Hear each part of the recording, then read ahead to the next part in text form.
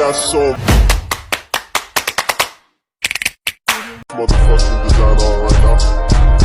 Bring it down, bring it down, bring it down. I got three old guys, motherfucking design on right now.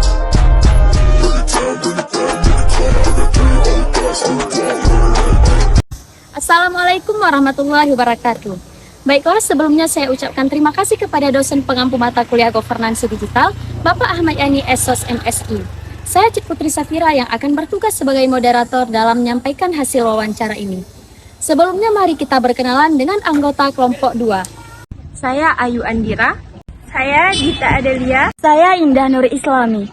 Saya Fajar Awaludin. Saya Abdi Syafitra. Saya Dira Riauna. Saya Nudia Ar-Rahmani. Saya Novia Juliana Ginting. Saya Liza Khairani Burutu. Dalam video ini kami akan menyampaikan laporan hasil wawancara terkait Perwal nomor 25 tahun 2023 tentang kawasan tanpa rokok di Fakultas Ekonomi dan Bisnis, di mana kami mewawancarai Ibu Juli Mursida, SEAK MMPHD, selaku Dekan Fakultas Ekonomi dan Bisnis, dan juga kami mewawancarai Bapak Dr. Noval Bakri, SEMBA, selaku Wakil Dekan Bidang Akademik. Saya akan menyampaikan hasil wawancara bersama Ibu Juli Mursida mengenai kawasan tanpa rokok. Pertanyaan pertama adalah, dengan adanya Peraturan Wali Kota Luxemawe nomor 25 tahun 2023 tentang kawasan tanpa rokok, apa rencana Ibu ke depannya selaku Dekan Fakultas Ekonomi dan Bisnis untuk mengimplementasikan kawasan tanpa rokok di Fakultas Ekonomi dan Bisnis? Jawaban yang diberikan oleh Ibu Juli Mursida adalah, kan ada suatu organisasi, fakultas itu di atasnya ada lagi yang lebih tinggi, yaitu rektor atau rektorat. Paling atas itu ada rektor, kemudian warek 1, warek 2, dan warek 3, dan seterusnya. Ini sebelumnya harus ditanyakan kepada pihak yang lebih tinggi, yaitu rektor, mengenai implementasi Peraturan Wali Kota Luxemawe nomor 25 tahun 2023. Jadi kita harus ikut aturan dari rektorat. Karena di universitas kita ada pimpinan tertinggi. Jadi apa yang dikeluarkan oleh rektorat itu, maka itu yang akan kita laksanakan. Maksudnya nanti Fakultas Ekonomi dan Bisnis menjalankan, tapi fakultas lain tidak menjalankan peraturan tersebut. Maka jadinya kan tidak ada keseragaman. Karena kita kan satu instansi, jadi harus ada kesatuan perintah. Harus sama-sama melakukan.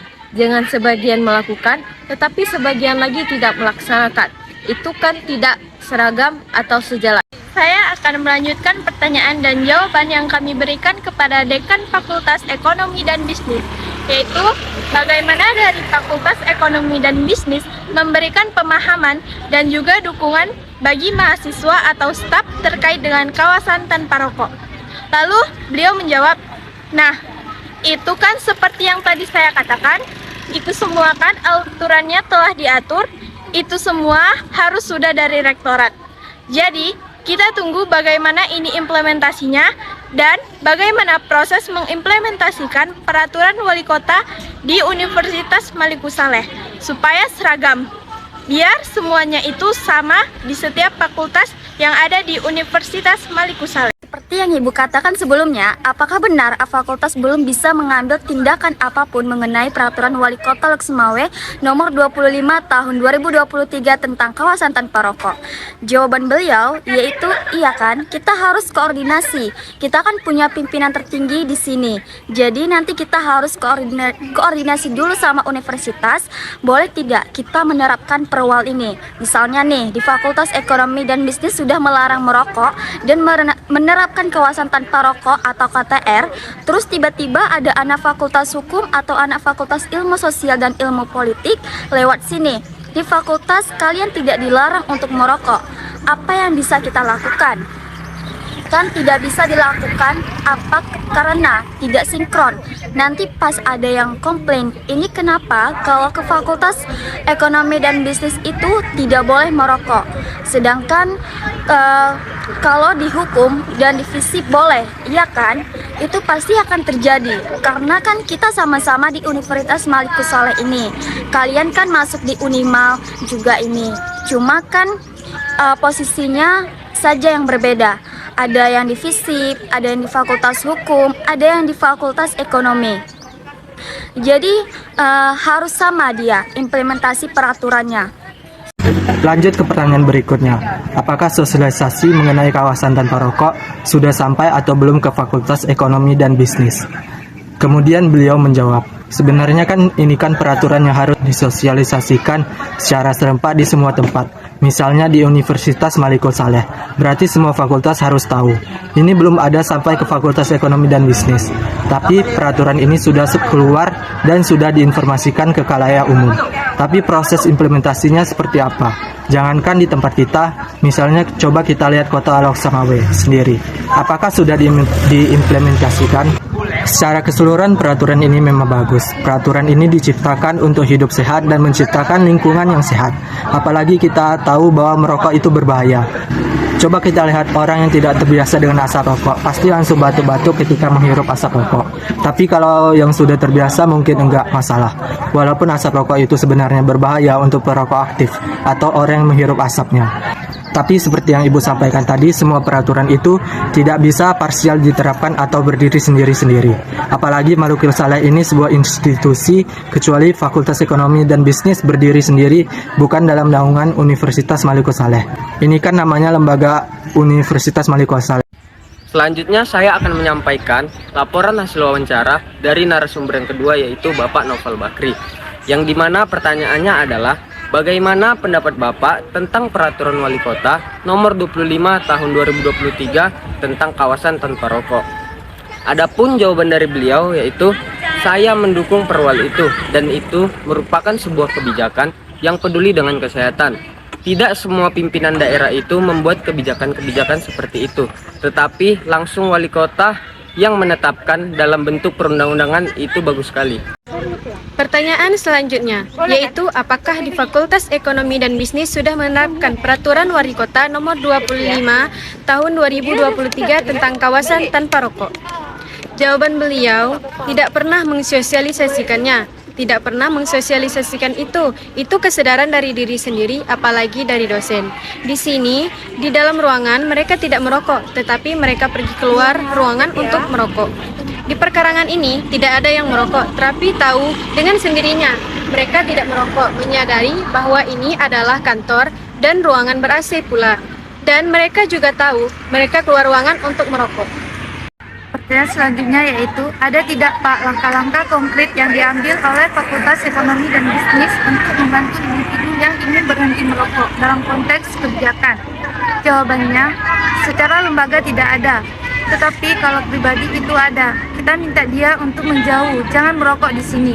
Dengan kita minta dia tidak merokok di sini, karena bisa merusak orang yang tidak merokok, itu kan lebih parah.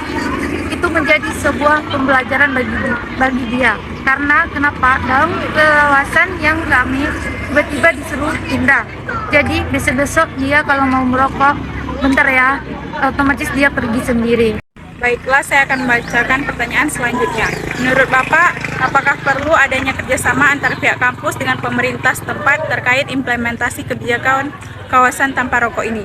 Jawaban dari beliau yaitu perlu, karena itu bahan mensosialisasikan supaya orang sadar, jadi nggak bisa merokok sembarangan. Jadi di mana-mana keterlibatan kita, keterlibatan Pemda juga perlu untuk bersama-sama mewujudkan Kota Loksamawe bebas dari asap rokok. Jadi perlu membuat seminar atau sosialisasi supaya orang tahu bahwa perwal itu apa.